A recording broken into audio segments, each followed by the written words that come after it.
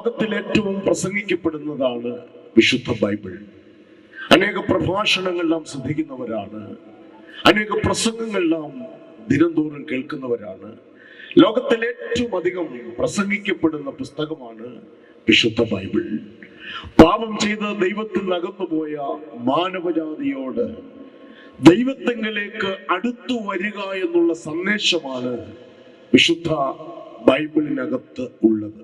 പാപം ചെയ്ത് ദൈവത്തിൽ നിന്ന് അകന്നുപോയ മാനവജാതിയെ ദൈവത്തിങ്കലേക്ക് അടുത്തു വരിക എന്നുള്ള സന്ദേശമാണ് വിശുദ്ധ ബൈബിളിന് നൽകുവാനുള്ളത്.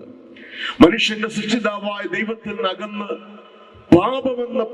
പാപത്തിന്റെ ആ പരിണിത ഫലമായ നിത്യമരണത്തിനകപ്പെട്ട് ദൈവത്തിൽ നിന്ന് അകന്നു മാറിയ മനുഷ്യന്റെ പാപത്തിന് പരിഹാരം നൽകുന്ന ഏക പുസ്തകമാണ്, സന്ദേശമാണ് വിശുദ്ധ ബൈബിൾ എന്ന് പറയുന്നതിൽ എനിക്ക് വളരെ സന്തോഷമുണ്ട്. അങ്ങനെ ലോകത്തിൽ ഏറ്റവും ശ്രേഷ്ഠവും സമ്പന്നവും ഉത്കൃഷ്ടവുമായ ഈ സന്ദേശത്തിന്റെ പ്രചാരകനായി തീരുക എന്നുള്ളത് എൻ്റെ ജീവിതത്തിൽ ഒരു ഭാഗ്യമായിട്ട് ഞാൻ കാണുന്നു. ഈ വിശുദ്ധ ബൈബിളിലെ 3 പ്രധാനമായ സനാതനമായ 3 സത്യങ്ങളെ നിങ്ങളുടെ മുമ്പിൽ വിരൽ ചൂണ്ടി പറഞ്ഞിട്ട് ദൈവം എനിക്ക് നൽകിയ സന്ദേശത്തെ കുറിച്ച് വിശദീകരിച്ച് ഞാൻ വേഗത്തിൽ ഇരിപ്പാൻ ആഗ്രഹിക്കുകയാണ്. ഒന്ന്, എന്റെ കേൾവിക്കാർ വളരെ ശ്രദ്ധയോടെ ഈ സന്ദേശങ്ങളെ കുറിക്കൊള്ളുവാൻ ദൈവനാമത്തിൽ ഓർപ്പിക്കുന്നു. പാപത്തിന്റെ ഫലമായി മനുഷ്യന് ലഭിക്കുന്ന നിത്യ നരകത്തിൽ നിന്നും ഏക പരിഹാരം എന്ന് പറയുന്നത് കർത്താവായ യേശുക്രിസ്തുവിൽ കൂടെ മാത്രമാണ് എന്നുള്ളത് വിശുദ്ധ ബൈബിളിന്റെ മാറ്റമില്ലാത്ത ഒരു സത്യമാണ്. അതുപോലെ മാനവജാതിയുടെ പാപത്തിന്റെ പരിഹാരത്തിനായിട്ട് യേശുക്രിസ്തു കാൽവരി ക്രൂശിൽ മരിച്ചു എന്നുള്ളത് മനുഷ്യൻ തിരിച്ചറിഞ്ഞിരിക്കേണ്ട ഏറ്റവും വലിയ യാഥാർത്ഥ്യമാണ്.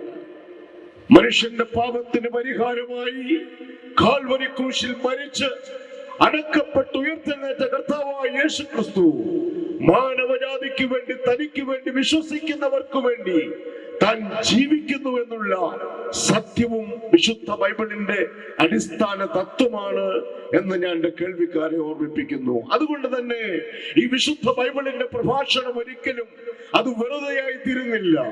മാനവജാതിയുടെ ജീവിതത്തിന്റെ സമസ്ത മേഖലകളോടും സ്പർശിക്കുവാൻ കഴിയുന്ന ഏക ഗ്രന്ഥമാണ് വിശുദ്ധ ബൈബിൾ എന്ന് ഉറച്ചു പറയുന്നതിൽ എനിക്ക് വളരെ സന്തോഷമുണ്ട്. അതുകൊണ്ട് തന്നെ 59 കൊല്ലമായിട്ടും ഈ ദേശത്ത് വിശുദ്ധ ബൈബിളിന്റെ സത്യങ്ങളെ ഉയർത്തിപ്പിടിച്ച് ഇവിടെ പ്രസംഗിക്കുവാൻ ദൈവഭൃത്യന്മാർക്ക് അവസരമൊരുക്കുവാൻ ഈ ദൈവസഭയ്ക്കും നേതൃത്വം നൽകുന്ന ദൈവഭൃത്യനും ദൈവം ഇടയാക്കിയത് ഓർത്ത് ഞാൻ കർത്താവിന് സ്തോത്രം ചെയ്യുന്നു.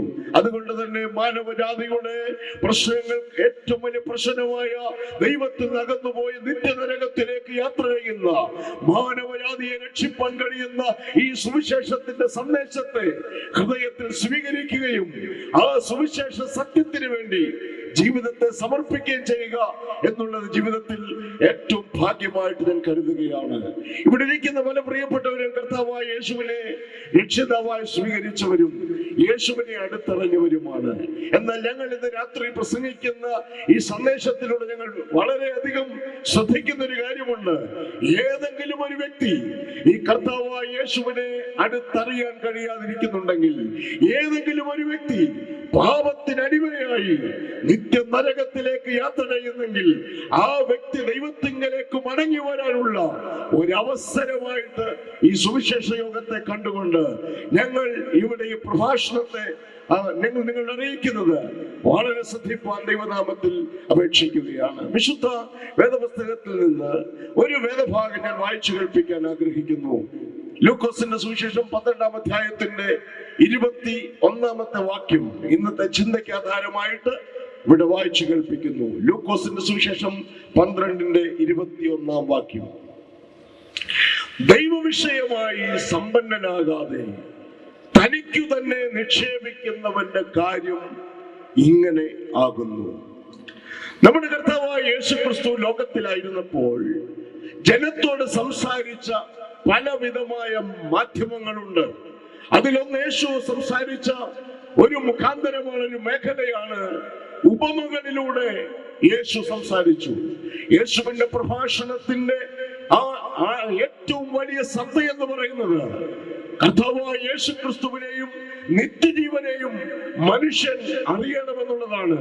മരണത്തിനപ്പുറത്തൊരു ജീവിതമുണ്ടെന്നും മരണാനന്തര ജീവിതത്തിൽ നിത്യത അവകാശമാക്കണമെന്നുമുള്ള സന്ദേശമായിരുന്നു യേശുവിന്റെ പ്രഭാഷണത്തിൽ ഓരോ മേഖലയിലും നിഴലിച്ചു നിന്നത്.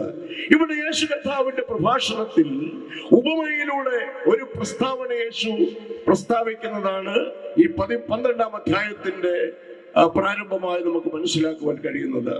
12-ാം അധ്യായത്തിന്റെ 13 മുതൽ 21 വരെയുള്ള വാക്യങ്ങൾ വായിക്കുമ്പോൾ യേശു കർത്താവിന്റെ ഐഹിക ശുശ്രൂഷ വേളയിൽ ഒരു യൗവനക്കാരൻ യേശുവിന്റെ അടുക്കൽ വന്നൊരു ചോദ്യം ചോദിക്കുകയാണ്. ആ ചോദ്യത്തിന് വളരെ വ്യക്തമായ ഒരു ഉത്തരം യേശു കർത്താവ് പറയുന്നു.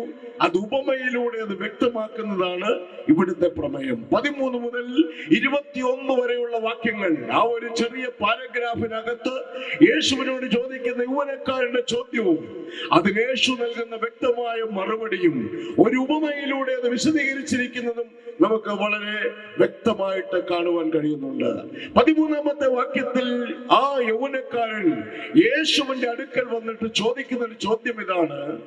പുരുഷാരത്തിൽ ഒരുത്തൻ യേശുവിന്റെ അടുക്കൽ വന്ന്, ഗുരു, ഞാനുമായിട്ട് എന്റെ അവകാശം പങ്കിടുവാൻ എന്റെ സഹോദരനോട് കൽപ്പിച്ചാലും എന്ന് ചോദിക്കുന്നു. ഈ ചോദ്യത്തിന്റെ മുമ്പിൽ പെട്ടെന്ന് നമുക്ക് മനസ്സിലാക്കാൻ കഴിയുന്നത് ഒരു സഹോദരന് ന്യായമായി ലഭിക്കേണ്ട അവകാശം ലഭിക്കാതെ വളരെ നിരാശനായി തീർന്ന ഒരു യൗവനക്കാരന്റെ ചിത്രമാണ്. എന്നാൽ വിശുദ്ധ ബൈബിൾ പഠിക്കുമ്പോൾ നമുക്ക് മനസ്സിലാക്കാൻ കഴിയുന്നത് അങ്ങനെ ഒരു യാഥാർത്ഥ്യമല്ല. ഇതൊരു യഹൂദ കുടുംബത്തിന്റെ കഥയാണ്, ഒരു പശ്ചാത്തലമാണ്. യഹൂദ കുടുംബത്തിൽ സാധാരണ മൂത്ത മക്കൾക്ക് തങ്ങളുടെ സമ്പത്തിന്റെ ഇരട്ടി പങ്കും ഇളയവർക്ക് അതിന്റെ അവസാനത്തെ ഭാഗവുമാണ് നൽകാറുള്ളത്. കാരണം മൂത്ത മകന് കുടുംബത്തെ കുറിച്ചൊരു വലിയ ഉത്തരവാദിത്വമുണ്ട്. മൂത്ത പുത്രന് നൽകുന്നത് കുടുംബത്തിന്റെ സമ്പത്തിന്റെ ഏറ്റവും പകുതി വിഭാഗമാണ് നൽകാറുള്ളത്. അവിടെയാണ് ഇളയ സഹോദരൻ യേശുവിന്റെ അടുക്കൽ വന്നിട്ട് ചോദിക്കുന്നത്, എനിക്ക് ലഭിക്കേണ്ട സമ്പത്ത്, എനിക്ക് ലഭിക്കേണ്ട അവകാശം ഇത് പോരാ, ഞങ്ങളുടെ കുടുംബത്തിന് ലഭിക്കേണ്ട ഈ നന്മയുടെ പകുതി ആ സഹോദരൻ ലഭിക്കുന്ന ഒരുമിച്ച് ഞങ്ങൾക്ക് വിഭാഗിച്ചു തരണം എന്ന് യേശുവിന്റെ അടുക്കൽ പറയുകയാണ്. ഒരുപക്ഷെ യേശുവിന്റെ അടുക്കൽ ചെല്ലുവാൻ ഈ യൗവനക്കാരനെ പ്രേരിപ്പിച്ച ചിത്രം എന്ന് പറയുന്നത്, തന്നെ കുറച്ചുകൂടെ സാമ്പത്തികം ലഭിച്ചിരുന്നെങ്കിൽ തന്റെ ജീവിതം ഒന്ന് സേഫ് ആകുമായിരുന്നു, തന്റെ ജീവിതത്തിന്റെ എല്ലാ മേഖലയും ഒന്ന് അനുഗ്രഹിക്കപ്പെട്ടനെ എന്നുള്ള ഒരു ചിന്തയായിരിക്കും തന്നെ യേശുവിന്റെ അടുക്കലേക്ക് ഈ ഒരു വിഷയവുമായിട്ട് കടന്നു ചെല്ലാൻ പ്രേരിപ്പിച്ചത്. എന്നാൽ യേശു അവിടെ അദ്ദേഹത്തോട് പറയുന്ന മറുപടി അടുത്ത 2 വാക്യങ്ങളിൽ വളരെ ശ്രദ്ധേയമാണ്. അദ്ദേഹത്തിന്റെ ഹൃദയത്തിന്റെ വ്യഥയറിഞ്ഞ് അദ്ദേഹം ചോദിക്കുന്നു, എനിക്ക് ലഭിക്കേണ്ട സമ്പത്ത് ഇത് പോരാ, സഹോദരന് ലഭിച്ചിരിക്കുന്നത് അത് കറക്റ്റായിട്ടൊന്ന് ഷെയർ ചെയ്യാൻ ഗുരുവേ അങ്ങ് ഇതിനകത്തൊന്ന് ഇടപെടണം. നോക്കൂ സഹോദരങ്ങളെ, പലപ്പോഴും ഞാൻ മനസ്സിലാക്കുന്നത് ഈ യൗവനക്കാരൻ നമുക്ക് പലർക്കും ഒരു നിഴലായി നമ്മുടെ നടുവിൽ നിൽക്കുന്ന ഒരു വ്യക്തിത്വത്തിനുടമയായിട്ട് എനിക്ക് പലപ്പോഴും തോന്നാറുണ്ട്. ജീവിതത്തിൽ പലപ്പോഴും പലതിനെയൊക്കെ ലക്ഷ്യം വെച്ച് അല്പം കൂടെ പണം ലഭിച്ചിരുന്നെങ്കിൽ, അല്പം കൂടെ ലോകത്ത് ശ്രേഷ്ഠമായി തീർന്നിരുന്ന അനുഭവത്തെ ലഭിച്ചിരുന്നുവെങ്കിൽ എന്നൊക്കെ വിചാരിച്ച് ഈ ലോകത്തിൽ നാം ഒക്കെ വളരെ അധ്വാനം ചെയ്യാറുണ്ട്. എന്ന് നോക്കൂ, ഇവിടെ യൗവനക്കാരൻ യേശു കൊടുത്ത മറുപടി 14-15 വാക്യങ്ങൾ ഇങ്ങനെ വായിക്കുന്നുണ്ട്. 15-ാമത്തെ വാക്യത്തിൽ യേശു പറയുകയാണ്, പിന്നെ അവരോട് സകല ദ്രവ്യാഗ്രഹവും സൂക്ഷിച്ച് ഒഴിഞ്ഞുകൊള്ളുവിൻ. ഒരുത്തന് സമൃദ്ധി ഉണ്ടായാലും അവന്റെ വസ്തുവകയല്ല അവന്റെ ജീവന് ആധാരമായിരിക്കുന്നത് എന്ന് യേശു പറഞ്ഞു. ഈ യൗവനക്കാരന്റെ ഹൃദയത്തിന്റെ തൻ ഏത് അർത്ഥത്തിൽ യേശുവിനോട് ചോദിച്ചുവോ അതേ അർത്ഥത്തിൽ യേശുവിനോട് പറയുകയാണ്, ഒരുവന് സമ്പത്ത് വർദ്ധിച്ചാലും ഒരുവന് ഈ ലോകത്തിൽ എന്തെല്ലാം ലഭിച്ചാലും അതൊന്നും നിത്യജീവന് ആധാരമായിരിക്കുന്നില്ല എന്ന് യേശു പഠിപ്പിച്ചു. എന്നെ കേൾക്കുന്ന പ്രിയ സഹോദരങ്ങളെ, ഈ ലോകത്തിലെ ലഭിക്കുന്ന മനുഷ്യന് ലഭിക്കുന്ന സമ്പത്തോ സ്ഥാനമാനങ്ങളോ ഈ ലോക ജീവിതത്തിലുള്ള യാതൊരു സമ്പന്നതയും മനുഷ്യന്റെ നിത്യജീവിതത്തിന് ആധാരമായിരിക്കുന്നില്ല എന്ന് യേശു ഈ യൗവനക്കാരനിലൂടെ തന്റെ മുൻപിലിരിക്കുന്ന ജനത്തെ പഠിപ്പിക്കുകയാണ്. ഈ യൗവനക്കാരന്റെ ചോദ്യം ഇതാണ്: എനിക്ക് അല്പം കൂടെ ലഭിക്കണം, എനിക്ക് ലഭിക്കേണ്ട സമ്പത്ത് അല്പം കൂടെ എനിക്ക് ലഭിക്കണമെന്ന് പറയുമ്പോൾ യേശു തന്റെ മുമ്പിലുള്ള സകല സാമ്പത്തിക അല്ലെങ്കിൽ ലോകത്തിന്റെ സകല ഉയർച്ചയെ ചൂണ്ടിക്കാണിച്ചിട്ടാണ് യേശു പറയുന്നത്, ഈ ലോകത്തിലുള്ള യാതൊന്നും, ഈ ലോകത്തിന്റെ യാതൊരു സമ്പത്തും നിത്യജീവന് ആധാരമായിരിക്കുന്നില്ല എന്ന് യേശു പഠിപ്പിച്ചു. നാം പലപ്പോഴും ഈ ലോകത്തിൽ കാണുന്നൊരു വസ്തുതയുണ്ട്: ഈ ലോകത്തിന്റെ ധനവും ഈ ലോകത്തിന്റെ ഉന്നതമായ പല അനുഭവങ്ങളുമാണ് ജീവിതത്തിൽ നമ്മുടെ അഡ്രസ് നിശ്ചയിക്കുന്നത് എന്ന് ലോകത്തിന്റെ ദൃഷ്ടിയിൽ ഒരുപക്ഷെ അങ്ങനെയായിരിക്കും. എന്നാൽ യേശുവിന്റെ മുൻപിൽ അങ്ങനെയല്ല. യേശു പറയുന്നത്, ഒരുവൻ സമ്പത്ത് വർദ്ധിച്ചാലും, ഒരുവന് സ്ഥാനമാനങ്ങൾ വർദ്ധിച്ചാലും, ഒരുവൻ ലോകത്തിൽ എത്ര ഉന്നതനായാലും, എത്ര വിദ്യാഭ്യാസം ഉണ്ടെങ്കിലും ഇതൊന്നും നിത്യജീവന് ആധാരമായിരിക്കുന്നില്ല എന്ന് യേശു വളരെ വ്യക്തമായി പ്രസ്താവിക്കുകയാണ്. എന്നെ കേൾക്കുന്ന പ്രിയ സഹോദരങ്ങളെ, ഈ ലോകത്തിലുള്ള സമ്പത്തോ വീടോ കാറോ ഈ ലോകത്തിലുള്ള സ്ഥാനമാനങ്ങളോ ഒക്കെ ഒരു പക്ഷേ നമ്മുടെ അഡ്രസ് നിർണയിച്ചെന്ന് വരാം. എന്നാൽ ഇതൊന്നും നിത്യതയുടെ വിഷയങ്ങളല്ല. ഇതിന്റെ അടിസ്ഥാനത്തിലല്ല മനുഷ്യനെ നിത്യത ദൈവം അവകാശമാക്കുന്നത് എന്ന് യാഥാർത്ഥ്യമാണ് യേശു കർത്താവ് വചനത്തിലൂടെ വിളിച്ചു പറയുന്നത്.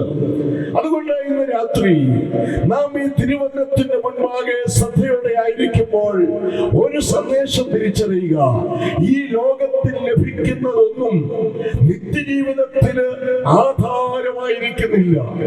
അതുകൊണ്ട് ഇവിടുത്തെ നമ്മൾ വായിച്ച കുറിവാക്യത്തിൽ ഇങ്ങനെ പ്രസ്താവിക്കുന്നുണ്ട്: ദൈവ വിഷയമായി സമ്പന്നനാകുന്നില്ല എങ്കിൽ ഈ ലോകത്തിൽ ലഭിച്ചതൊക്കെയും അതൊക്കെയും മനുഷ്യനെ വിട്ടുമാറുമ്പോൾ ഒരു നിരാശ ഒരുവനെ ബാധിക്കാൻ സാധ്യതയുണ്ട്.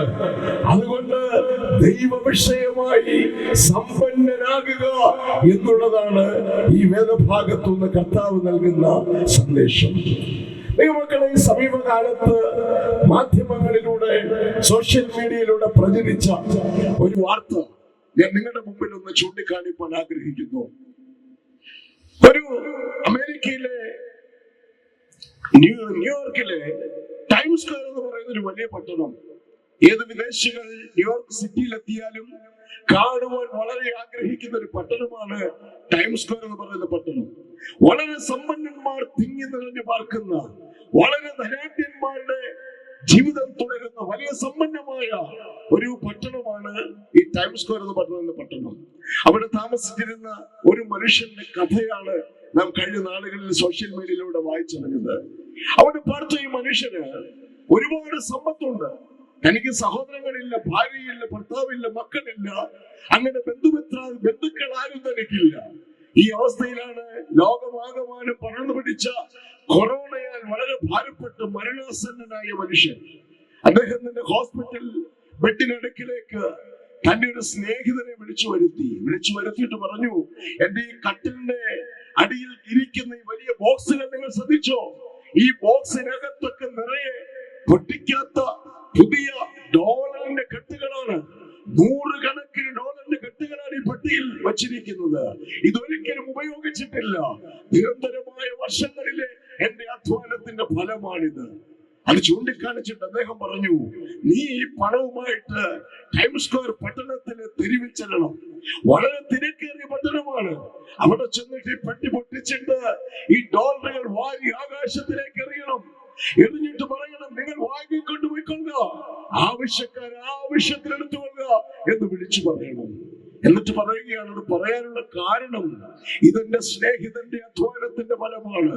അദ്ദേഹത്തിന് ആരുമില്ല, അനന്തരാവകാശികൾ ആരുമില്ല. മരണം അദ്ദേഹത്തെ പിടിച്ചിരിക്കുകയാണ്, മരണത്തിന്റെ അടുക്കലെത്തിയിരിക്കുകയാണ്. ഇതൊന്നും അദ്ദേഹത്തിന്റെ ജീവന് രക്ഷയ്ക്ക് ഹേതുവല്ല എന്ന് അദ്ദേഹം മനസ്സിലാക്കിയിട്ട് എന്നോട് പറഞ്ഞൊരു വർത്തമാനമായത് എന്ന് ലോകത്തെ നോക്കി വിളിച്ചു പറയാൻ അദ്ദേഹം ആവശ്യപ്പെട്ടു. എന്നെ കേൾക്കുന്ന പ്രിയപ്പെട്ടവരെ, ആ മനുഷ്യന്റെ സമ്പത്ത് മുഴുവനും, ആ മനുഷ്യന്റെ അധ്വാനം മുഴുവനും, ഏകദേശം 63 വയസ്സ് വരെ താൻ ഉണ്ണാതെ ഉറങ്ങാതെ അധ്വാനിച്ച സമ്പത്ത് മുഴുവനും തെരുവിൽ ഇങ്ങനെ വലിച്ചെറിയുമ്പോൾ ലോകത്തിന് അദ്ദേഹം നൽകിയ സന്ദേശം ഇതാണ്: പണത്തിനോ ഈ ലോകത്തിൽ നേടിയതിനൊന്നും മനുഷ്യനെ അക്കരയ്ക്ക് കൊണ്ടുപോകാൻ കഴിയില്ല. യേശു കർത്താവിന്റെ ഈ പ്രഭാഷണം എത്രയോ ശക്തമാണ്. ഈ ലോകത്തിലുള്ള സകലതും, ഈ ലോകത്തിൽ നേടിയതൊന്നും ഒരു മനുഷ്യന്റെ നിത്യജീവന് ആധാരമായിരിക്കില്ല. എന്നെ കേൾക്കുന്ന സുഹൃത്തുക്കളെ, നമുക്കൊരു മരണമുണ്ട്. മരണമെന്നൊരു യാഥാർത്ഥ്യം നമ്മുടെ മുൻപിലുണ്ട്. മരണത്തിനപ്പുറത്ത് മനുഷ്യനൊരു ജീവിതമുണ്ട്. ആ ജീവിതത്തിനാണ് നിത്യജീവിതം എന്ന് പറയുന്നത്. ആ നിത്യജീവിതം കരസ്ഥമാക്കാൻ ഈ ലോകത്തിൽ നാം അനുമാനിച്ചിരിക്കുന്ന, കണക്ക് കൂട്ടിയിരിക്കുന്ന, നാം പിടിച്ചു വച്ചിരിക്കുന്ന യാതൊന്നും ഉപകരിക്കയില്ല എന്ന് ഇന്നു രാത്രി എന്റെ കേൾവിക്കാർ തിരിച്ചറിയണം. യാഥാർത്ഥ്യം എന്ന് പറയുന്നത് മരണത്തിനപ്പുറത്തേക്ക് ഉള്ളത് ദൈവവിഷയമായി സമ്പന്നനാകുന്നില്ലെങ്കിൽ ഈ ലോകത്തിലെ ജീവിതം, മനുഷ്യന്റെ ജീവിതം വളരെ വ്യർത്ഥമാണ് എന്ന് വിശുദ്ധ ബൈബിൾ നമുക്ക് പറഞ്ഞു തരുന്നു. നോക്കൂ, മത്തായി സുവിശേഷം 16-ാം അധ്യായത്തിന്റെ 26-ാം വാക്യത്തിൽ ഇങ്ങനെ വായിക്കുന്നുണ്ട്: ഒരു മനുഷ്യൻ സർവ്വലോകവും നേടിയിട്ടും തന്റെ ജീവനെ നഷ്ടപ്പെടുത്തിയാൽ അവൻ എന്തു പ്രയോജനം? അല്ല, തന്റെ ജീവനെ വീണ്ടുകൊള്ളുവാൻ മനുഷ്യന് എന്ത് മറുവില കൊടുക്കും? സ്തോത്രം. നോക്കൂ, യേശു കർത്താവ് പാരഗ്രാഫിൽ 13-15 വാക്യങ്ങൾക്ക് ശേഷം ഒരു ഉപമ യേശു പ്രസ്താവിക്കുകയാണ് കാണാൻ കഴിയുന്നത്. അതിന്റെ 16 മുതൽ 20 വരെയുള്ള വാക്യങ്ങളിൽ യേശു പ്രസ്താവിക്കുന്ന ഉപമ കാണുവാൻ കഴിയും. ആ വാക്യങ്ങൾ ശബ്ദമുയർത്തി ദയവായി ഒന്ന് വായിക്കണമേ.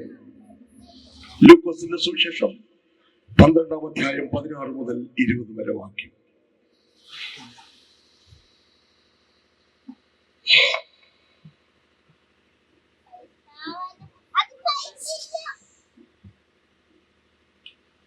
മുതൽ 20 വരെ ഒരു ഉപമയും അവരോട് പറഞ്ഞു.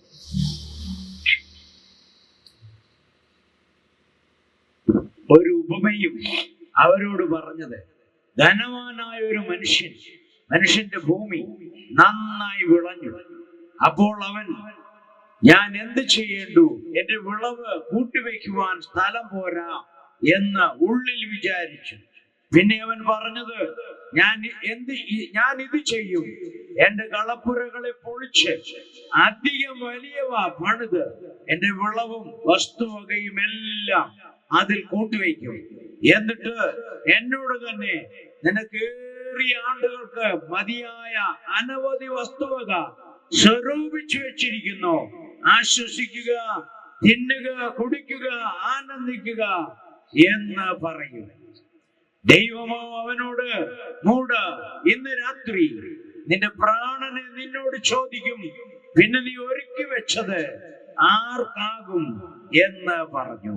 നോക്കുക, ഇവിടെ ലോകത്തിലെ ഒരു മൂഢനായ മനുഷ്യനെയാണ് യേശു തന്റെ ഉപമയിലൂടെ വരച്ചു കാട്ടുന്നത്. ആ മനുഷ്യന്റെ ഭൂമി നന്നായി വിളഞ്ഞു. ഒരുപാട് സമ്പത്തു വകകൾ താൻ കൂട്ടിവെച്ചു. ഒരുപാട് വർഷങ്ങളിലേക്ക് സ്വസ്ഥമായി വിശ്രമിക്കാനുള്ള സകലതും സ്വരൂപിച്ചു വെച്ചു. ആ മനുഷ്യൻ വിളിച്ചു പറയുകയാണ്: ഇനി തിന്നുക, കുടിക്കുക, ആനന്ദിക്കുക. ഇനി തന്റെ ഉത്തരവാദിത്തങ്ങൾ കഴിഞ്ഞു. ഈ ലോകത്തിൽ പലതും ചെയ്തു വെച്ചു. ഇനി തന്റെ വിശ്രമ സമയങ്ങളെന്ന് താൻ വിചാരിച്ചു. ആ മനുഷ്യനെയാണ് യേശു കർത്താവ് ഉപമയിലൂടെ വിളിച്ചു കാട്ടിട്ട് പറയുന്നത്: മൂഢ, ഇന്നു രാത്രി ഞാൻ നിന്റെ പ്രാണനെ നിന്നോട് ചോദിക്കും. പിന്നെ നീ ഒരുക്കി വെച്ചത് ആർക്കാകും? യേശു അത് പറഞ്ഞ് അവസാനിപ്പിക്കുന്നത് ഇങ്ങനെയാണ്: ദൈവവിഷയമായി സമ്പന്നനാകാതെ തനിക്ക് തന്നെ സ്വരൂപിക്കുന്നവന്റെ, തനിക്ക് തന്നെ സ്വരൂകൂട്ടി വെക്കുന്നവന്റെ അവസ്ഥ ഇങ്ങനെയാകും. എന്നെ കേൾക്കുന്ന പ്രിയപ്പെട്ടവരെ, ഈ ലോക ജീവിതത്തിൽ ദൈവവിഷയമായി സമ്പന്നനാകുന്നില്ലെങ്കിൽ, ഈ ലോക ജീവിതത്തിൽ ലോകത്തിന്റെ മുമ്പിൽ നമുക്ക് പറയുവാൻ സമ്പത്തോ സ്ഥാനമാനങ്ങളോ നമുക്ക് പല പദവികളും ഉണ്ടെങ്കിൽ അതെല്ലാം ഒരു വലിയ ബിഗ് സീറോയാണ് എന്ന് ഇന്ന് രാത്രി ദൈവമക്കൾ തിരിച്ചറിയുക. ഈ ലോക ജീവിതത്തിൽ ദൈവവിഷയമായി ഒരു സമ്പന്നനാണെങ്കിൽ, യേശുവിന്റെ ഹിതപ്രകാരം ജീവിക്കുന്ന വ്യക്തിയാണെങ്കിൽ, ഈ ലോകത്തിലെ ഏറ്റവും ഉന്നതനാണ് എന്ന് യേശു കർത്താവ് ഇവിടെ ചൂണ്ടിക്കാണിക്കുകയാണ്. ഞാനത് വ്യക്തമാക്കാൻ ഒന്ന് രണ്ട് വേഗത്തിൽ ചില കാര്യങ്ങൾ പറഞ്ഞ് ഞാൻ ഇരിപ്പാനായിട്ട് ആഗ്രഹിക്കുകയാണ്. ഉൽപ്പത്തി പുസ്തകത്തിൽ ദൈവം മനുഷ്യനെ സൃഷ്ടിച്ചിട്ട് മനുഷ്യനെ ഏദൻ പർദീസയിലാക്കി. എന്നിട്ട് യേശു പറഞ്ഞു, നിങ്ങൾ ഈ തോട്ടത്തിന്റെ നടുവിൽ അവരെ സ്വതന്ത്രരായി ദൈവം അവരെ വിട്ടിട്ട് പറഞ്ഞു, ഒരു വൃക്ഷത്തിന്റെ ഫലം ചൂണ്ടിക്കാണിച്ചിട്ട് പറഞ്ഞു, ഇത് തിന്നുന്ന നാളിൽ നിങ്ങൾ മരിക്കും. എന്നാൽ നോക്കൂ, മനുഷ്യന്റെ ആ കൽപ്പന ലംഘനം സംഭവിച്ചു. അവരെ പാപം ഫലം പറിച്ചു തിന്നു. എന്നാൽ മരിച്ചില്ല. നാം പലപ്പോഴും കാണാറുണ്ട്, തിന്നുന്ന നാളിൽ നീ മരിക്കുമെന്ന് കർത്താവ് പറഞ്ഞിട്ടും അവർക്ക് മരണം സംഭവിച്ചില്ല. അവര് പിന്നെയും വർഷങ്ങൾ അവിടെ ജീവിച്ചു. ഇത് ഞങ്ങളുടെ സുവിശേഷ പ്രവർത്തന യാത്രകളിൽ പലരും ചോദിക്കുന്ന ചോദ്യമാണ്, ദൈവത്തെ കള്ളം പറഞ്ഞോ? ദൈവത്തിന് തെറ്റുപറ്റിയോ? ഇല്ല സഹോദര, ദൈവത്തിന് തെറ്റുപറ്റിയില്ല. മനുഷ്യൻ ത്രിമണ്ഡല ജീവിയാണ്. ദേഹം, ദേഹി, ആത്മാവെന്ന് തുടങ്ങുന്ന 3 ഘടനകളിലായി ദൈവം മനുഷ്യനെ സൃഷ്ടിച്ചിരിക്കുമ്പോൾ അവൻ ആത്മീകമായി അന്ന് ഒരു മരണം സംഭവിച്ചു. അവൻ ദൈവവുമായിട്ട് അകന്നു മാറുവാനിടയായി തീർന്നു. ദൈവ കൽപ്പന ലംഘിച്ച അപ്പോൾ തന്നെ മനുഷ്യന് സംഭവിച്ച ആത്മീക മരണത്തിനുടമയാണ് ഇന്ന് ലോകത്ത് കാണുന്ന പല മനുഷ്യരും. സർവശക്തനായ ദൈവത്തിലേക്ക് വരുന്ന ഒരു വ്യക്തിക്കല്ലാതെ ഈ ആത്മാവിന്റെ ജീവൻ അവന്റെ അകത്തില്ല എന്നുള്ളതാണ് യാഥാർത്ഥ്യം. കുറച്ചു മുൻപ് കർത്താവിന്റെ ദാസനോട് പ്രസ്താവിച്ച വാക്കുകൾ നിങ്ങൾ ഓർക്കുന്നുവെന്ന് ഞാൻ ഒന്നുകൂടി ഓർമ്മിപ്പിക്കുകയാണ്. നാം മാധ്യമങ്ങളിലൂടെ വായിച്ചറിയുന്ന പല വാർത്തകളുണ്ട്. പല കിരാതമായ സ്വഭാവങ്ങളുടെ ഉടമസ്ഥനായി നാം മനുഷ്യനെ കാണാറുണ്ട്. ഇത്രമാത്രം പാപത്തിന്റെ ആ വിഷവിത്തുകൾ നിറഞ്ഞ വ്യക്തിയാണോ ഇത്ര നാളിവിടെ നടന്ന മനുഷ്യനെന്ന് ചിന്തിക്കുമാറ് പാപത്തിനകത്തൂടെ യാത്ര ചെയ്യുന്ന അനേക മനുഷ്യരെ നമ്മൾ കണ്ടിട്ടുണ്ട്. സുഹൃത്തെ, ഇതിന് കാരണമോ മനുഷ്യന്റെ കുടുംബവാസനയല്ല, അതിന് കാരണമോ മനുഷ്യന്റെ ഉള്ളിൽ വാഴുന്ന പാപമാണ്. ഈ പാപത്തിന്റെ വിഷവിത്ത് അവനെ ദൈവത്തിൽ നിന്ന് അകറ്റി അവന് നാശത്തിലേക്ക് വലിച്ചെടുപ്പിക്കുകയാണ്. ഈ പാപത്തിന്റെ വിഷവിത്ത് മനുഷ്യന്റെ അകത്ത് വളരുവാൻ കാരണം ദൈവവുമായിട്ട് മനുഷ്യൻ അകത്തുപോയി എന്നുള്ളതാണ്. ആത്മീക മരണം സംഭവിച്ച മനുഷ്യൻ അവന് സ്വമേധയാ ഒരു നന്മ ചെയ്യാനായിട്ട് കഴിയുന്നില്ല.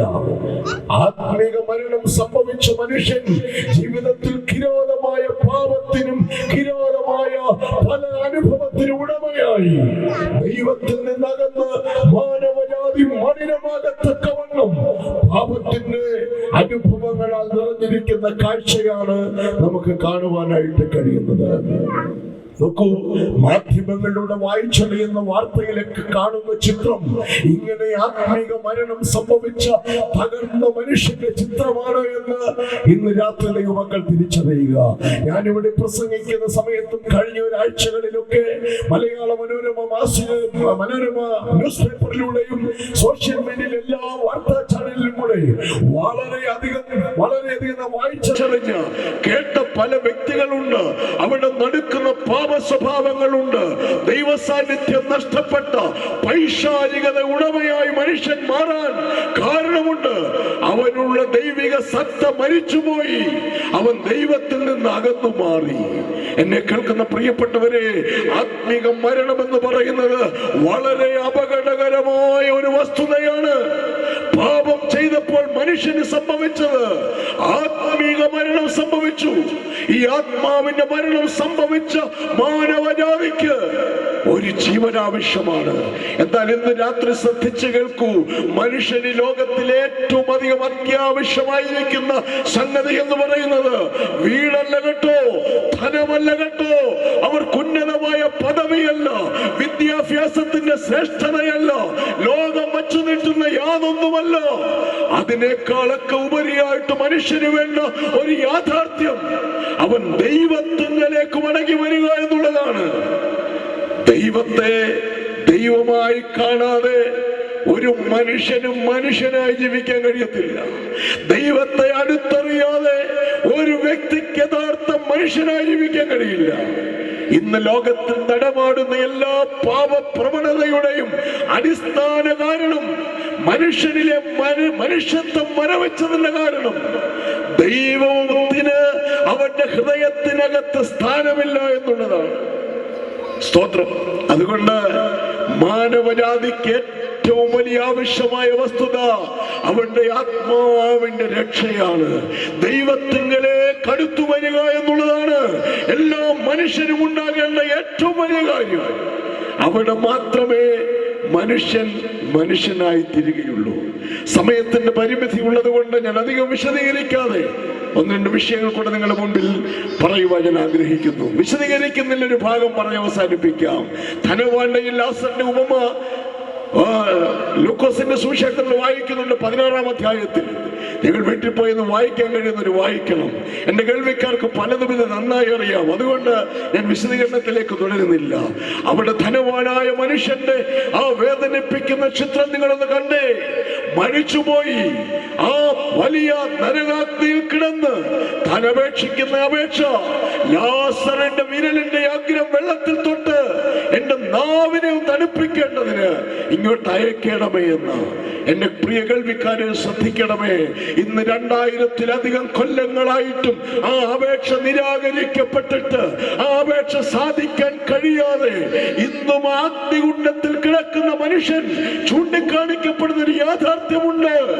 ഈ ലോകത്തിലെ ജീവിതം തന്റെ ഇഷ്ടം പോലെ ചെയ്ത് തനിക്കിഷ്ടമുള്ളത് തിന്നുപിടിച്ച് ഈ ലോകത്തിൽ ജീവിച്ചിട്ട് സർവശക്തനായ ദൈവത്തെ മറന്നു പാപസംബന്ധമായി മരിച്ച് പാപത്തിനടിമയായി ദൈവത്തോട് ബന്ധമില്ലാതെ ജീവിച്ചു.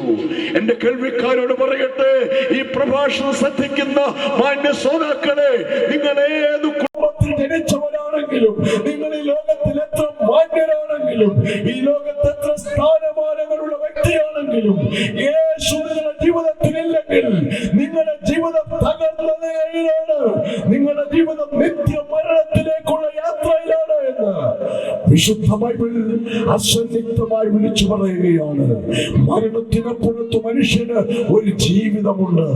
ആ ജീവിതത്തിൽ എത്തിച്ചേരാൻ ഈ ലോകത്തിൽ ചെയ്യുന്ന പുണ്യപ്രവൃത്തികൾക്ക് സാധ്യമല്ല. ഈ ലോകത്തിലെ സ്ഥാനമാനങ്ങൾക്ക് കഴിയില്ല. ഇവിടെ ഞാനും നിങ്ങളും ആരൊക്കെയോ ആയതുകൊണ്ട് ആ നിത്യതയിലെത്തുകയില്ല. ആ നിത്യതയിലെത്താൻ ദൈവ വിഷയമായി സമ്പന്നനാകണം. സമയത്തിന്റെ പരിമിതി കൊണ്ട് 3 കാര്യങ്ങൾ വേഗത്തിൽ ഓർമ്മിപ്പിച്ചിട്ട് ഞാൻ ഇരിക്കാൻ ആഗ്രഹിക്കുകയാണ്. സഹോദരങ്ങളെ ശ്രദ്ധിക്കൂ. ദൈവവിഷയമായി സമ്പന്നനാകുക എന്ന് പറഞ്ഞാൽ ആത്മീക സമ്പന്നതയ്ക്കായി മനുഷ്യൻ ചെയ്യേണ്ട 3 കാര്യങ്ങളെ ഞാൻ വേഗത്തിൽ ഓർമ്മിപ്പിക്കാം. ആത്മീക സമ്പന്നത ഇല്ലെങ്കിൽ ജീവിതത്തിൽ നേടിയതെല്ലാം വ്യർത്ഥമാണ്, നിത്യ നരകത്തിലേക്കുള്ള യാത്രയാണ്. ആത്മീക സമ്പന്നത മനുഷ്യൻ ലക്ഷ്യം വെക്കുന്നില്ലെങ്കിൽ അവന്റെ ജീവിതം പരാജയമാണ്. ഇവിടെ എന്തെല്ലാം നേടിയാലും അത് വ്യർത്ഥമാണ്. ഒന്ന്, ദൈവത്തെ അറിയുക എന്നുള്ളതാണ്. ദൈവത്തെ അറിയണം. ദൈവത്തെ അറിയുവാനായിട്ട് ഈ ലോകത്തിൽ നാം എന്തെങ്കിലും നന്മ പ്രവർത്തികൾ ചെയ്ത് പുണ്യപ്രവർത്തികളിലൂടെ ദൈവത്തെ കണ്ടെത്താൻ കഴിയില്ല. ദൈവത്തെ കണ്ടെത്താനുള്ള മനുഷ്യന്റെ എല്ലാ ശ്രമങ്ങളും പരാജയപ്പെട്ടു പോകുമ്പോൾ ദൈവത്തെ കണ്ടെത്താൻ, പ്രിയ സഹോദര, നിങ്ങളുടെ ഹൃദയത്തിൽ ആത്മാർത്ഥമായൊരു പ്രാർത്ഥനയുണ്ടെങ്കിൽ ദൈവത്തെ കണ്ടെത്താൻ കഴിയും. നോക്കൂ, വർഷങ്ങൾക്ക് മുൻപ് പുരാതന ഭക്തന്മാരായ മുനിവര്യന്മാർ വനാന്തരങ്ങളിൽ നിന്ന് അവരെങ്ങനെ പ്രാർത്ഥിച്ചും അവർ പാടിയും ചെയ്ത സൂക്തങ്ങൾ, പ്രാർത്ഥനാ സൂക്തങ്ങൾ എന്റെ കേൾവിക്കാർക്കറിയാം. തമസ്വമോ ജ്യോതിർഗമയോ അസതമോ സദ്ഗമയോ മൃത്യോമോ അമൃതംഗമയോ എന്ന് അവര് വനാന്തരങ്ങളിൽ നിന്ന് പ്രാർത്ഥിച്ചു. അസത്യത്തിൽ ഞങ്ങളെ സത്യത്തിലേക്ക് നയിച്ചാലും, മരണത്തിൽ ഞങ്ങളെ ജീവനിലേക്ക് നയിച്ചാലും, ഇരുളിൽ നിന്ന് ഞങ്ങളെ വെളിച്ചത്തിലേക്ക് നയിച്ചാലുമെന്ന് അവര് പ്രാർത്ഥിച്ച ആത്മാർത്ഥമായ പ്രാർത്ഥനാ സൂക്തങ്ങൾ എന്റെ കേൾവിക്കാരുടെ ഹൃദയത്തിൽ, പലരുടെയും ഹൃദയത്തിലുണ്ട്. എന്നാൽ നോക്കൂ, അതിന് യഥാർത്ഥമായ ഉത്തരം വിശുദ്ധ ബൈബിൾ ചൂണ്ടിക്കാണിക്കുന്നുണ്ട്. 3 വാക്കുകൾ കൂടെ ഞാൻ വായിച്ചു കേൾപ്പിക്കട്ടെ. ഒന്ന്, യോഹന്നാന്റെ സുവിശേഷം 14-ാം അധ്യായത്തിന്റെ അധ്യായത്തിന്റെ 6-ാമത്തെ വാക്യം ഇങ്ങനെ വായിക്കുന്നുണ്ട്. യേശു പറഞ്ഞ ഒരു അവകാശവാദമാണ്, ഞാൻ തന്നെ വഴിയും സത്യവും ജീവനുമാകുന്നു. ഞാൻ മുഖാന്തരമല്ലാതെ ആരും പിതാവിന്റെ അടുക്കലെത്തുകയില്ല. എന്റെ കേൾവിക്കാരെ, ഇന്ന് പകൽ ഈ പ്രാർത്ഥനാ സൂക്തങ്ങൾക്കൊരു വ്യക്തമായ മറുപടി യേശു പ്രസ്താവിക്കുകയാണ്. ഞാൻ തന്നെ വഴിയും സത്യവും ജീവനുമാകുന്നു. എന്നെ കേൾക്കുന്ന ആരെങ്കിലും ജീവിതത്തിൽ ഒരു മുൻപോട്ട് പോകാൻ ഒരു വഴിയില്ലെന്ന് നിരാശപ്പെടുന്നെങ്കിൽ, അടഞ്ഞ വഴിയുടെ മുമ്പിൽ നീ വിലപിക്കുന്നെങ്കിൽ, ജീവിതത്തിന്റെ പ്രതിസന്ധിയുടെ നടുവില് ആരെന്നെ വിടുവിക്കുമെന്ന് ഹൃദയത്തിൽ വേദനപ്പെടുന്നെങ്കിൽ, വിശുദ്ധ ബൈബിളിൽ ഉത്തരമുണ്ട്. യേശു വിളിച്ചു പറയുകയാണ്, ഞാൻ തന്നെ വഴിയും സത്യവും ജീവനുമാകുന്നു.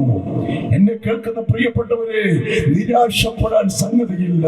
എന്റെ നിങ്ങളുടെ ജീവിതത്തിൽ വഴി അടഞ്ഞിരിക്കുന്ന വിഷയത്തിന്, ആരും സഹായിപ്പണില്ല എന്ന് വിചാരിക്കുന്ന വിഷയത്തിന്, നിരാശ മൂടിയ ജീവിതത്തിന്റെ വിഷയങ്ങൾക്ക്, കൈപ്പേറിയ ജീവിതാനുഭവങ്ങൾക്ക് ഉത്തരം വിശുദ്ധ ബൈബിൾ പറയുകയാണ്. യേശു പറഞ്ഞു, ഞാൻ തന്നെ വഴിയും സത്യവും ജീവനുമാകുന്നു. ഇന്ന് രാത്രി വഴിയെ കർത്താവ് ചൂണ്ടിക്കാണിക്കുകയാണ്. യേശു പറഞ്ഞു, ഞാൻ തന്നെ വഴിയും സത്യവും ജീവനുമാകുന്നു. എന്നിൽ കൂടെ അല്ലാതെ ആരും പിതാവിന്റെ അടുക്കൽ എത്തുന്നില്ല. സഹോദരങ്ങളെ, അന്ധകാരത്തിലാണെങ്കിൽ, വഴിയറിയാതെ നിരാശയിലാണെങ്കിൽ, ആരെന്നെ വിടുവിക്കുമെന്ന് ഹൃദയത്തിൽ വേദനപ്പെട്ടു നിലവിളിക്കുന്ന ഹൃദയത്തിലുടമയാണെങ്കിൽ, എന്റെ യേശുവിന് ഇറങ്ങിച്ചെല്ലാൻ കഴിയാത്ത ഒരു മേഖലയുമില്ല എന്ന് ഇന്ന് രാത്രി എന്റെ കേൾവിക്കാർ തിരിച്ചറിയാതെ പോകരുത്. എന്റെ യേശു ചില വർഷങ്ങൾക്ക് മുൻപ് എന്നെ ഇങ്ങനെയുള്ള പ്രാർത്ഥനയ്ക്ക് എന്റെ ജീവിതത്തിൽ ഇറങ്ങി വന്നത് കൊണ്ടാണ് ഈ പരസ്യ സ്ഥലത്ത് എനിക്ക് യേശുവിനെ ഇങ്ങനെ വിളിച്ചു പറയാൻ കഴിയുന്നത്. ഇന്ന് രാത്രി യേശു പറയുന്നു, വഴിയും സത്യവും ജീവനും ഞാനാകുന്നു. ഹല്ലേലൂയ. ഇന്ന് രാത്രി ഞങ്ങളുടെ ഈ ശബ്ദസീമയിൽ കേൾക്കുന്ന ആരെങ്കിലും ജീവിതത്തിൽ വഴിയറിയാതെ നിരാശപ്പെടുന്നെങ്കിൽ, യേശുവിന് പറയാൻ ഉത്തരവുണ്ട്. യേശു പറയുക, അവരല്ല വഴിയെന്നാ പറഞ്ഞത്, ഞാൻ തന്നെ വഴി, ഞാൻ തന്നെ സത്യം, ഞാൻ തന്നെ ജീവനാകുന്നു. ഇന്ന് രാത്രി ഈ യേശുവിന്റെ അടുക്കൽ പ്രതീക്ഷയോടെ കടന്നു വരുന്ന ഒരു വ്യക്തിയെയും അവിടെ നിരാശരാക്കത്തില്ല. രണ്ടാമത് വായിക്കുന്നുണ്ട്, തമസ്സമോ ജ്യോതിർഗമയ, ഇരുട്ടിൽ നിന്ന് ഞങ്ങളെ വെളിച്ചത്തിലേക്ക് നയിച്ചാലും. യോഹന്നാന്റെ സുവിശേഷം 8:12 ഇങ്ങനെ വായിക്കുന്നുണ്ട്, യേശു പിന്നെയും അവരോട് സംസാരിച്ചു, ഞാൻ ലോകത്തിന്റെ വെളിച്ചമാകുന്നു. എന്നെ അനുഗമിക്കുന്നവൻ ഇരുളിൽ നടക്കാതെ ജീവന്റെ വെളിച്ചമുള്ളവനാകും. ഇന്ന് രാത്രി എത്ര പ്രതീക്ഷ നൽകുന്ന, എത്ര സന്തോഷം നൽകുന്ന, എത്ര ഉറപ്പ് നൽകുന്ന വാഗ്ദത്തമാണ്. എന്നെ അനുഗമിക്കുന്ന ഓരോവരും ഇരുളിൽ നടക്കയില്ല. വർഷങ്ങൾക്ക് മുൻപ്, കർത്താവിനെ അറിയുന്നതിന് മുൻപ് ഇരുട്ടിൽ തപ്പിത്തടന്ന് ജീവിച്ച ചരിത്രം എനിക്കുണ്ട്. എന്നെ കേൾക്കുന്ന കേൾവിക്കാർക്കും പലർക്കും ഉണ്ടായേക്കാം.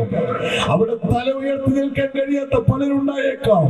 എന്നാൽ യേശുവിന്റെ അടുക്കൽ വന്ന ഒരു വ്യക്തിക്ക് മാത്രമേ തല ഉയർത്തി എവിടെ നിൽക്കാൻ കഴിയൂ. കാരണം വെളിച്ചത്തിലാണ് വസിക്കുന്നത്. നമ്മൾ കണ്ടിട്ടുണ്ട്, പല നേതാക്കന്മാരും ഉന്നതന്മാരും തലയിൽ മുണ്ടിട്ട് പല ഫോട്ടോ ക്യാമറയുടെ മുൻപിലും പലയിടങ്ങളിലും പതുങ്ങി നിൽക്കുന്ന കണ്ടിട്ടുണ്ട്. ഇന്നലെ സ്റ്റാറുകളായിട്ട് പലയിടങ്ങളിലും നടന്നു നീങ്ങിയവരാണ്. എന്നാൽ നോക്കൂ, യേശുവിന്റെ അടുക്കൽ വന്ന ഒരു വ്യക്തിയുടെയും തല കുനിയാൻ യേശു സമ്മതിക്കത്തില്ല. യേശു പറഞ്ഞു, ഹല്ലേലൂയ, ഞാൻ തന്നെ, ഞാൻ എന്നെ അനുഗമിക്കുന്ന ഒരുവനും ഇരുളിൽ നടക്കയില്ല.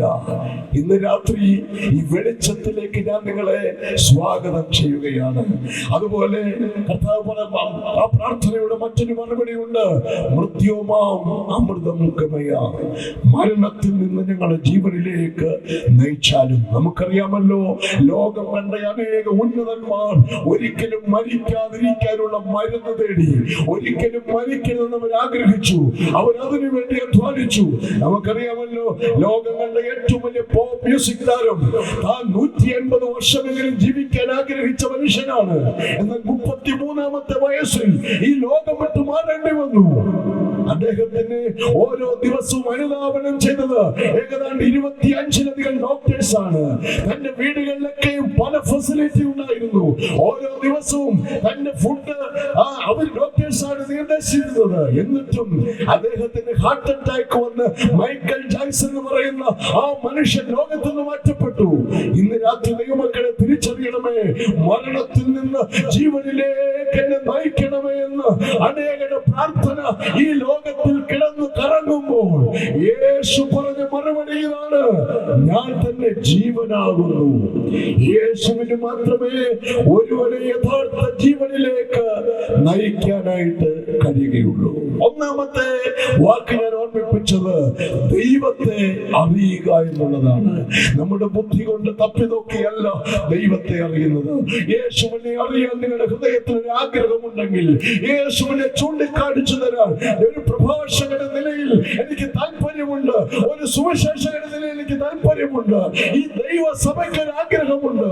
ഈ ദേശത്തോട് ഞങ്ങൾ വിളിച്ചു പറയുന്നത്, യേശുവിനെ ഞങ്ങൾ നിങ്ങൾക്ക് കാണിച്ചു തരാൻ ഞങ്ങൾക്ക് താല്പര്യമുണ്ട് എന്നുള്ളതാണ്. യഥാർത്ഥമായ യേശുവിനെ കാണുവാൻ ദൈവമക്കൾക്ക് ജനത്തിന് കഴിയട്ടെ. രണ്ടാമത്തെ ചിത്രം വിശദീകരിക്കേണ്ടതാണ്, എങ്കിലും സമയത്തിന്റെ പരിമിതി കൊണ്ട് വിശദീകരിക്കുന്നില്ല. മനുഷ്യന്റെ പാപത്തിന് പരിഹാരം കണ്ടെത്തണം. എന്നെ കേൾക്കുന്ന പ്രിയപ്പെട്ടവരെ, മനുഷ്യനെയും ദൈവത്തെയും തമ്മിൽ അകറ്റുന്ന ഏക ഘടകമെന്ന് പറയുന്നത് മനുഷ്യന്റെ ഉള്ളിൽ കുടികൊള്ളുന്ന പാപമാണ്. ഈ പാപത്തിന് പരിഹാരം വരുത്താതെ ദൈവത്തോട് അടുത്തു നിൽക്കാൻ മനുഷ്യന് കഴിയത്തില്ല. ദൈവത്തിൽ നിന്ന് മനുഷ്യനെ അകറ്റുന്നത് ജാതി വ്യവസ്ഥയല്ല. ദൈവത്തിൽ നിന്ന് മനുഷ്യനെ അകറ്റുന്നത് സാമ്പത്തിക പ്രശ്നങ്ങളല്ല. ദൈവത്തിൽ നിന്ന് മനുഷ്യനെ അകറ്റുന്നത് കുടുംബ മഹിമയല്ല. ദൈവത്തിൽ നിന്ന് മനുഷ്യനെ അകറ്റി നിർത്തുന്നത് മനുഷ്യന്റെ ഉള്ളിൽ വാടുന്ന പാപമാണ്. എന്നെ കേൾക്കുന്ന പ്രിയപ്പെട്ടവരെ, ഈ പാപത്തിന് പരിഹാരം വരുത്താതെ ആത്മീകമായി സമ്പന്നനായി തീരാൻ, ആത്മീക മരണത്തിൽ നിന്ന് ജീവനിലേക്ക് വരാൻ ഒരു വ്യക്തിക്കും കഴിയില്ല. പാപം എന്ന് പല പേരിൽ അറിയപ്പെടുന്നത്, പാപം മനുഷ്യന്റെ കൂടെ പുറപ്പായി യാത്ര ചെയ്യുന്നുണ്ട്. മനുഷ്യന്റെ രഹസ്യ ജീവിതത്തെ പിടിച്ചു ഉലച്ചിരിക്കുന്ന പാപത്തിന്റെ വിഷമിത്തുണ്ട്. അതൊരു മനുഷ്യനും അറിയാതെ ഹൃദയത്തിനകത്ത് കൊണ്ടു നടക്കുന്ന പാപം അവസരം വന്നിട്ട് മനുഷ്യനെ പരാജയപ്പെടുത്തുന്ന അനുഭവങ്ങളുണ്ട്. എന്നാൽ ഇന്ന് രാത്രി കേൾക്കണേ, പാപത്തെ പരാജയപ്പെടുത്താതെ, പാപത്തെ കീഴ്പ്പെടുത്താതെ, പാപത്തെ ജയിക്കാതെ ഒരു മനുഷ്യന് ആത്മീകമായ ജീവൻ പ്രാപിക്കാൻ കഴിയുകയില്ല. പാപത്തെ ജയിക്കാൻ മനുഷ്യൻ അവരാൽ ആവോളം ശ്രമിച്ചു. നേർച്ചകാഴ്ചകൾ കൊണ്ട് പുണ്യസ്ഥലങ്ങൾ സന്ദർശിച്ചും മനുഷ്യനുള്ളതെല്ലാം വ്യയം ചെയ്തും ശരീരത്തെ അധ്വാനിപ്പിച്ചും ക്ലേശിപ്പിച്ചും പാപത്തിന് പരിഹാരം ചെയ്യാൻ മനുഷ്യൻ ആവോളം ശ്രമിച്ചു. എന്നാൽ പരാജയപ്പെട്ടു. പാപത്തിന്റെ പരിഹാരത്തിനായിട്ട് കാൽവരി കുരക്കളത്തിൽ യേശു കർത്താവ് മാനവജാതിയുടെ പാപത്തിനു വേണ്ടി ക്രൂരമായ കുരിശുമരണം സഹിച്ചു. എന്നെ കേൾക്കുന്ന പ്രിയപ്പെട്ടവരെ, ഈ സർവശക്തനായ യേശു കർത്താവിന്റെ ചിത്രം നിങ്ങൾ കണ്ടിട്ടില്ലേ? ക്രൂശിൽ 3 ആണികളിൽ തൂങ്ങി ശരീരം മുഴുവനും രക്തധാരിയായിട്ട് അല്പവസ്ത്രധാരിയായി ക്രൂശിൽ പിടയുന്ന ദൈവപുത്രനെ നിങ്ങൾ കണ്ടിട്ടില്ലേ? യേശു ക്രിസ്തുവിന്റെ ക്രൂശിന്റെ രൂപത്തെ ഈ ലോകത്തിൽ പ്രചരിപ്പിക്കാൻ ഒരു കാരണമുണ്ട്. മനുഷ്യനെ കാർന്നു നിന്നുന്ന പാപത്തിൽ നിന്ന് പരിഹാരം എന്ന് പറയുന്നത് യേശു ക്രിസ്തുവിന്റെ ക്രൂശിന്റെ ചുവട്ടിലല്ലാതെ മറ്റൊരിടമില്ല. ഇന്ന് രാത്രി പാപത്തിന് പരിഹാരത്തിനായി യേശുവിന്റെ അടുക്കലേക്ക് കടന്നു വരാൻ മാനവജാതിയെ യേശു ക്ഷണിക്കുകയാണ്.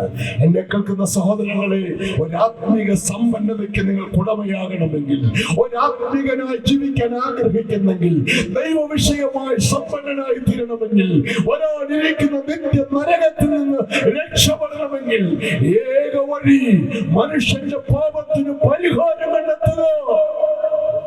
മനുഷ്യന്റെ പാപത്തിന് പരിഹാരത്തിന് അനേക വഴികളില്ല. യേശു ക്രിസ്തുവിന്റെ ക്രൂശിന്റെ ചുവട്ടിലല്ലാതെ മാനവജാതിയുടെ പാപത്തിന് പരിഹാരമില്ല എന്ന് ഇന്ന് രാത്രി ഇവിടെ വിളിച്ചു പറയുകയാണ്.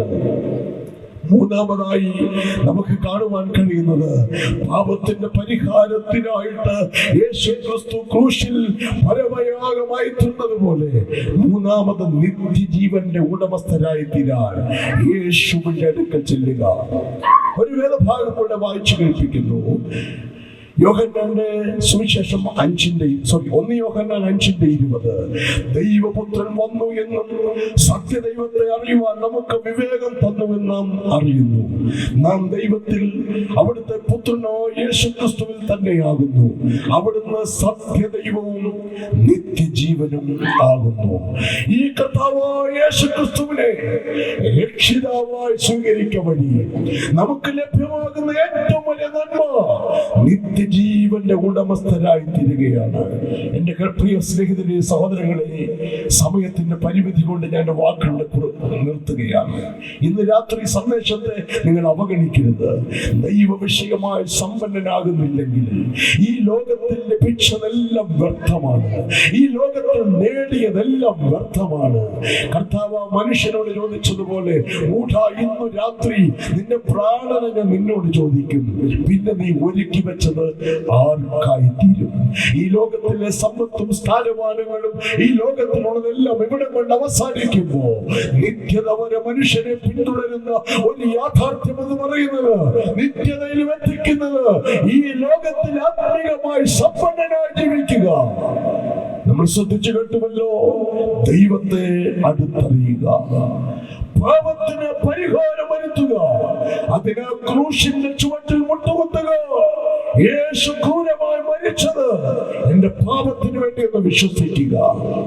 അതുപോലെ യേശുവിനെ ഹൃദയത്തിൽ സ്വീകരിക്കുക വഴി ലഭിക്കുന്ന നിത്യജീവന് ഉടമസ്ഥരായി തീരുക. വെളിപ്പാടുകാരൻ വെളിപ്പാട് പുസ്തകം എഴുതി തുടങ്ങുമ്പോൾ തനിങ്ങനെ പ്രസ്താവിക്കുന്നുണ്ട്, ഞാൻ നിന്റെ ഹൃദയത്തിന്റെ വാതിൽക്കൽ നിന്ന് മുട്ടുന്നു. ആരെങ്കിലും എന്റെ ശബ്ദം കേട്ട് വാതിൽ തുറന്നാൽ ഞാൻ അവനോടും അവൻ എന്നോടും കൂടെ അത്താഴം കഴിക്കും. ഇന്ന് രാത്രി ഈ തിരുവചനത്തിന്റെ മുമ്പിൽ സമർപ്പിക്കുവാൻ, കർത്താവായ യേശുവേ, ആ നിത്യജീവന്റെ ഉടമസ്ഥനായി എനിക്ക് തീരണമെന്ന് ഹൃദയത്തിൽ ഒരു ആഗ്രഹമുണ്ടെങ്കിൽ ഞങ്ങളുടെ കേൾവിക്കാരെ വളരെ വിനയത്തോടെ ഇന്ന് രാത്രി ക്ഷണിക്കുകയാണ്. ഇന്ന് രാത്രി തിരിച്ചറിയുക, മനുഷ്യന് മരണമുണ്ട്, ഒരു യാഥാർത്ഥ്യമാണ്.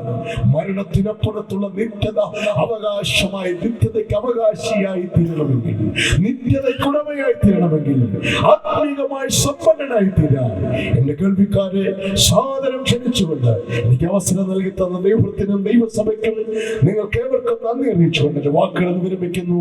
ദൈവം ധാരാളമായിട്ട് അനുഗ്രഹിക്കുന്നു.